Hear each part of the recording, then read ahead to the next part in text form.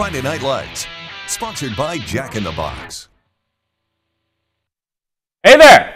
All our area teams are now officially strapped up and ready to go. Thank you so much for joining us on this week number 2 of Friday Night Lights. I'm Alex Cheney. An exciting week at that, Alex. And I'm Rob Fram. We begin tonight with one of the first of 2 interstate battles on the season between one of the best Gila Valley teams from last year and the defending Imperial Valley League champ. 2 champs going right at each other. Does it get better than this? The Cibola Raiders did hit a speed bump, however, in last week's season opener. They started with a loss, but they're hoping to knock off the Imperial Tigers for a 3rd straight year. Let's go ahead and check out the highlights coming to you from Imperial High School. This week's FNL marquee matchup between the Cibola Raiders and the Imperial Tigers, as the Tigers take the field early for the first game of the season.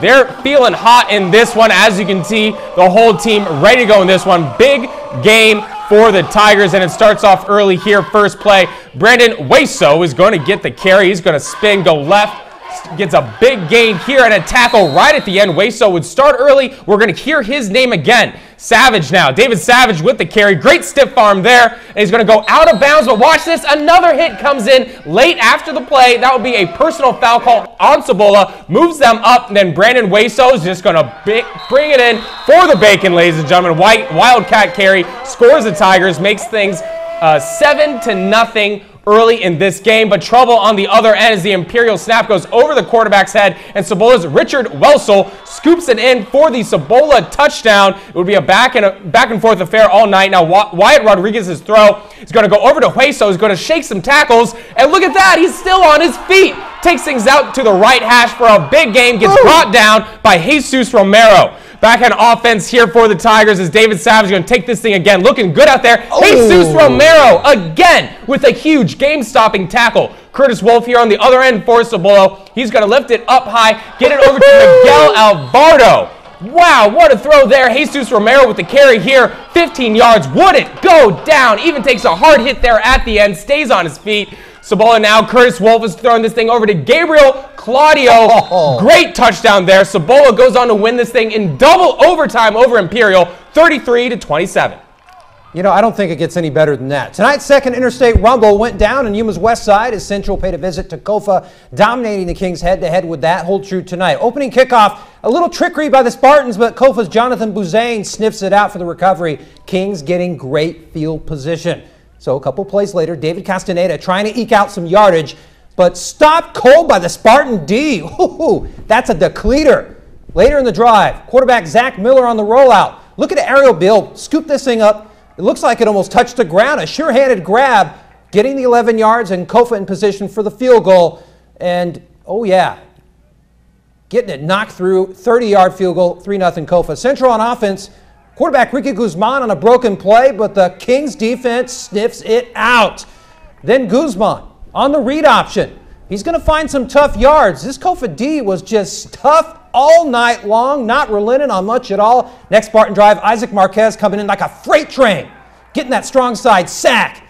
The game would be tight down the stretch, but this defensive slobber knocker turned out to be just that. Kofa would hold on. The 10-7 win, and Kofa 2-0. Who would have thought? Yes, they are.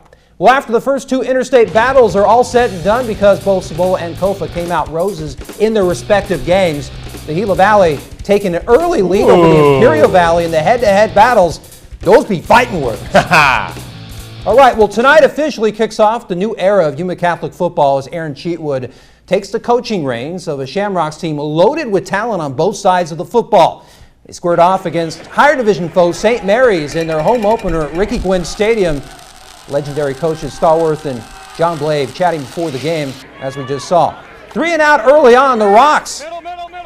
Playing some pretty good defense there, but then James Stover on his first play would go down. Oh no, that doesn't look good at all. He'd be out the game. Then the Rocks would give up some ground yardage to St. Mary's, and St. Mary's would score a touchdown there. Julian Aiken, though, on the ensuing return, would make some things happen, and just one play away from getting that potential touchdown. Backup quarterback John Henderson on the keeper, getting up on the field, but a holding penalty would bring that back. And then YC, things get really ugly for them. The sack and the fumble. And St. Mary's winds up recovering the rock. Just not a good situation. The Rocks struggling to get their footing all night long. And they would go down in a tough shutout, 27-0, and Alex, that is a big ouch. Rob, we're just getting started. Indeed. 3 highlights down, 4 more to go, including Gila Ridge's home opener as they look for a fast start to the season. And can Southwest fly out of the gate as they start the 2016 season? Those answers and more next. You're watching Friday Night Lights on KYMA.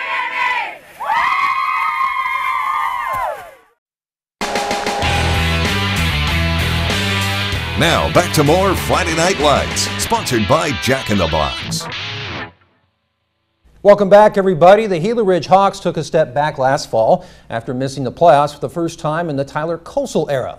Now Kosel and company are out to change all that, relying heavily on the wealth of experience and talent they have coming back in the trenches. But with new guys in skill positions, Alex, could they get a fast start against Dysart, a team that made the Division IV playoffs last year? Well, there's only one way to find out as we hit up the highlight reel out of Veterans Memorial Stadium. Both the fans and the Hawks rearing and ready to go. The Hawks defense working a lot early on, stopping Dysart here with a minimal gain. Then Ridge we're going to see with a game tackle on this next play. Stop cold at the line of scrimmage. Defense hitting them up. Ridge would stall an offense, and then the punt here.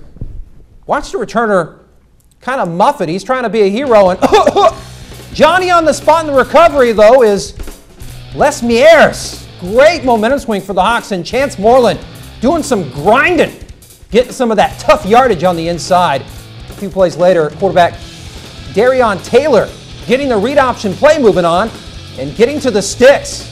Yeah, getting the first down before getting knocked out, but Ridge would go down hard, 36-6. Thank you, Rob. Well, the Southwest Eagles took on a very tough West Hills team tonight in their home opener. The Eagles are coming off a third-place finish in the IVL, but with several returning playmakers, can the Eagles take flight to that #1 spot? That answer is still coming, but their season all started tonight against West Hills from Santee, California. Let's take a look at the action from Southwest High School. I just got to say, Rob, it looks like LSU. I think this is great. I'm really happy with this. Southwest coming out here. Great defense early here as Gio Camarena is going to sniff this play out. Looking like the Bayou Bengals. That's what I'm saying, Rob. Bringing them down in the backfield. Great stop there for Southwest. They're going to try the same thing on the rollout. West Hills going nowhere. Marcelo Felix gets a great almost sack on the quarterback, then forces that incompletion there. Rollout still. And now we're going to see Nathan McFadden, number 22 there, get a great tackle from that safety spot. Southwest now on offense. Cameron Younger's dropped back. Oh, a pick. Come on, young man. He wants that throw back. But the ball carrier is eventually run out of bounds. And this is a West Hills punt here. This would be a back and forth contest all night, but the Eagles would get the 24-21 win. Now let's keep it rolling. Let's move over to Calipatria High School, taking on Escondido Charter tonight early here. Escondido trying to do a rollout play, but Marco Perez and Chris Zendejas, are saying, I don't think so. Escondido with another rollout, this time to the other side of the field, but the same result as Perez and Nate Banuelos is going to bring down the Escondido quarterback for a great tackle on that left-hand side.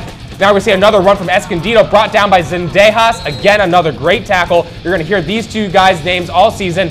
Field goal here from Escondido to give them an extra 3 points to pad that lead. And now here is just one of the best hits I think we have all night as Angel Perez. 24-6. That was nasty. Escondido. Oh, wow. That was a bone cruncher to say the least. Well, still to come on FNL after a heartache in 2015. Can the San Pasqual Warriors get themselves off on the right foot this time around? We'll have that answer and more for the first time this season. We'll give out our helmet props. Stick with us here on FNL. You're watching Friday Night Lights on Channel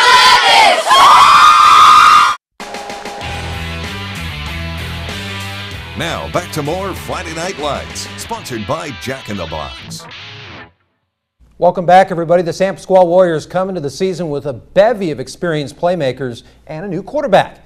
Could they turn things around, starting with Valley Union tonight? Well, to Warrior Nation we go for the highlights as the Warriors and fans hopeful for a good outcome. Would that be the case? Well, the opening kickoff would answer a lot of questions. Victor Alvarez is going to get some yards as soon as he gets the rock, and then he's going to break some tackles, and then he's going to cough up the ball, and Warriors in trouble early.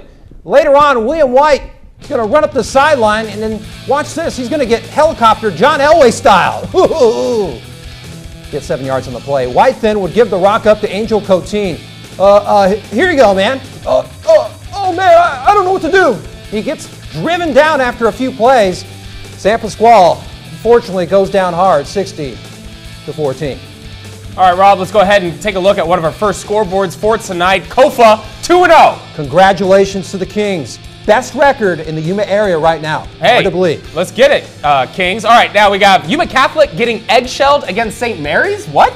That is a shocker, but St. Mary's coming in from a much higher division and YC coming in lower, so that's got to factor into that. YC will get on the win column eventually. Gila Ridge getting a 30-point loss to Dysart. That's tough, especially at home. You would hope for a better turnout at home, but the Ridge is going to have to just regroup and get it going next week. And we have Southwest beating West Hills 24-21, a team you're very high on going into the year. Absolutely, and they did it in dramatic fashion, getting that game-winning field goal in the last seconds. All right, let's take a look at our second one here. Calipatria loses to Escondido Charter. San Pasquale loses to Valley Union. Now we're going out of town. Yuma gets their first win of the season against Parker. How about that? Way to go, Crims. I mean, a big road win in the season to start out. That's great. And Antelope falls to Tombstone by 30 points. And as we go ahead and take a look at our final scoreboard of the evening to wrap up all of our scores here, the big one, Cibola beats Imperial 33-27. Wow, that's a rim racker. I mean, I know it's a basketball term, but I mean, really, they were getting racked all over the place. Big win for Cibola, but I know Imperial's going to bounce back next week. Oh, big game. And of course, Holtville, they actually got the win. 43-20. That was a little flip there, but congratulations to them as well. Well, we're going to continue a recent tradition that we've had here at FNL. Alex and I are each going to give a helmet prop to recognize the outstanding performance for tonight. Alex, who's got your nod? Well, let's start with Jesus Romero from Cibola. He was on both ends of the field, played great all night, running the ball and getting some very key tackles for that Cibola team as they go on and get the win against Imperial. He definitely rocked it. As for me, Alex, it's all about Team Kofa Kings in 2 weeks, making all their critics shake in their boots. Total team win. Congratulations, Kofa Kings, for sure. Well, here's our first look at our lineup for week number 3 of Friday Night Lights, all headlined by our marquee matchup between Imperial and Yuma Catholic. What else stands out to you, Rob? Well, you know what? Calexico and Yuma is going to be an interesting one as well. Keep your eye on that one. Okay, now we leave you with our Jack in the Box play of the week. This one comes from tonight's barn burner of a marquee matchup between Cibola and Imperial. The Tigers' Brandon Hueso off the Wildcat formation, fakes out the gold and black, takes it in himself. And of course, you've got to have the celebration to go along with it. Don't be surprised if we see multiple plays of the week from this guy throughout the season. This guy is a human highlight reel, Alex. And I'm saying I've seen Royce Freeman line up in the same formation, take the ball to the house. Good stuff there. It's going to be fun, my friend. Well, thank you so much for joining us here on FNL. We'll see you next week. Have a good one.